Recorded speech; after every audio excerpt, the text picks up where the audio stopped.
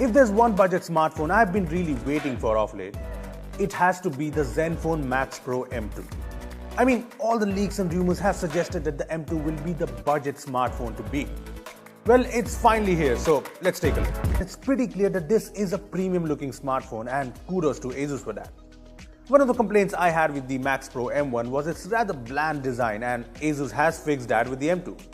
Just look at the M1 and the M2 side by side and it's pretty clear that ASUS has listened to the feedback. The design here is just way more refined on the M2.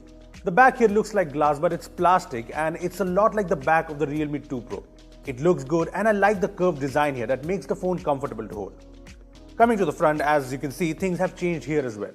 The Zenfone Max Pro M2 embraces the notch, and while I obviously would have liked the teardrop notch, I'm glad that this is not a huge notch unlike the Redmi Note 6 Pro. But the notch here has its issues.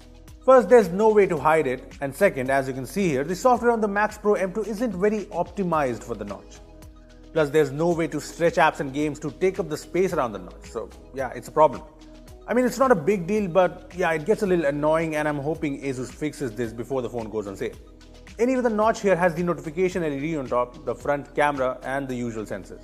The notch here and a slightly smaller chin also result in a larger display. It's a 6.26-inch IPS LCD display and it's not just larger, it's better than the Zenfone Max Pro M1. I'm yet to test things out extensively, but the color accuracy, the brightness and basically everything else looks better on the M2 display. It's definitely an upgrade.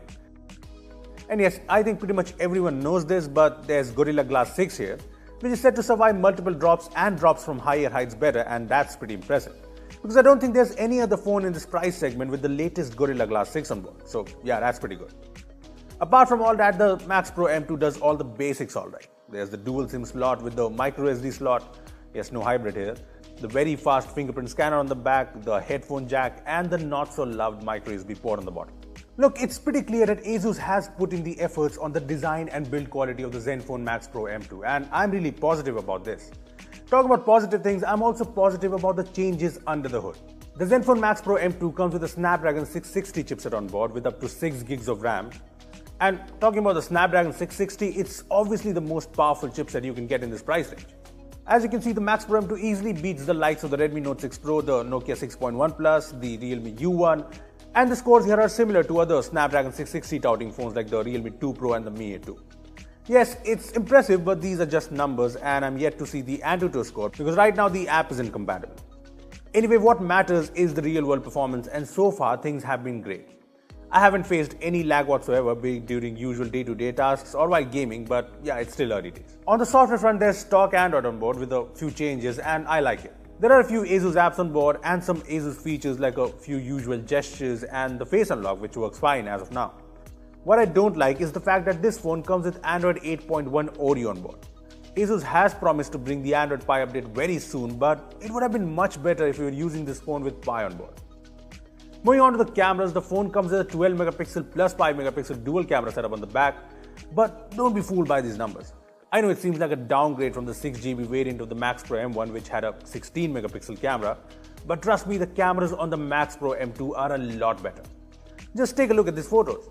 Be it in good light or low light, the Max Pro M2 captures photos which are sharper and have more detail. The Max Pro M2 photos just look better. I'm a little skeptical about the portrait mode, but it's too soon to judge it. On the video front, there's 4K support, so that's nice, and there's EIS for 1080p videos, so I'm expecting better videos as well. On the front, the Max Pro M2 comes with a 13 megapixel f2.0 selfie camera, which so far has been a little underwhelming. So far, the selfies have been a hit and miss, and there's no portrait mode here, which is strange since the Max Pro M1 had it. I think ASUS will bring it with an update soon, but yeah, right now it's not here. Overall, the cameras on the Zenfone Max Pro M2, especially the rear cameras, are way improved and way better than the Zenfone Max Pro M1. But will it be good enough to take on the Redmi Note 6 Pro and the Realme 2 Pro? Well, we'll find out in a full review. Lastly, there's the battery, which again is a massive 5000 mAh, and well, I love this. I mean, I've recommended the Max Pro M1 to a lot of people due to this massive battery, so I'm glad that ASUS did not change that with the Max Pro M2. Well, the battery performance here should be amazing, but yeah, we are still testing it out. When it comes to charging, the phone comes with a 10-watt charger, which does fast charge the phone, so that's great as well. Well, that was a good look at the brand new Zenfone Max Pro M2, and well, it's pretty clear that the Zenfone Max Pro M2 builds on the solid base created by the Zenfone Max Pro M1. The Max Pro M2 brings great changes to the design, the display looks a lot better, the cameras seem improved, and it's got the performance bump we all wanted. It seems like a true upgrade. Plus, there's the enormous battery and the stock Android experience. Yes, the notch experience brings a few minor issues. The selfie camera so far has been unimpressive, and I want to see if the rear cameras here can take on other great camera phones in this price range. But yes, the Zenfone Max Pro M2 has to be one of the few budget smartphones to really excite me of late. Well, I'll be using the phone extensively in the next few days, so if you're wondering if you should buy this over the likes of the Realmes and the Redmi Notes, be sure to check out a detailed review of the Zenfone Max Pro M2, which is coming soon.